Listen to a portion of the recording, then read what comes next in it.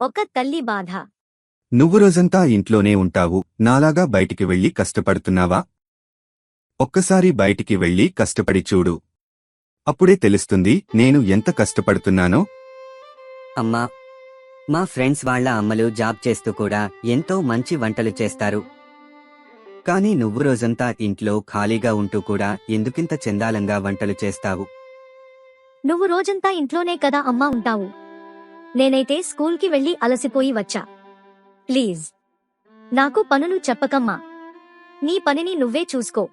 ఏటో ఈ మనిషి ఏ పని చేత కాదు. మీ అమ్మ ఏదైనా నీకు నేర్పించిందా అసలు? నాకు నిజంగానే ఏ పని చేతకాదు అనుకుంటా. నేను నా పిల్లలకు మంచి అమ్మను కాను, నా భర్తకి మంచి భార్యను కాను. ఎందుకు నాకు ఈ జీవితం? జీతం లేకుండా ప్రతి క్షణం మన కోసం కష్టపడుతున్నారు కాబట్టి వాళ్ళ పని గొప్పగా అనిపించకపోవచ్చు, కానీ వాళ్ళ పనికి విలువ ఇవ్వండి. ప్రతి తల్లిని గౌరవించండి. ఒక్కరోజు వాళ్ళలా కష్టపడి చూడండి. వాళ్ళు ఉన్నప్పుడు కాదు, వాళ్ళు లేనప్పుడు తెలుస్తుంది వాళ్ళ విలువ. వాళ్ళు లేకపోతే ఇంటికి వెలుగే లేదు. ఇలాంటి కథల కోసం మా ఛానల్ సబ్స్క్రైబ్ చేయండి.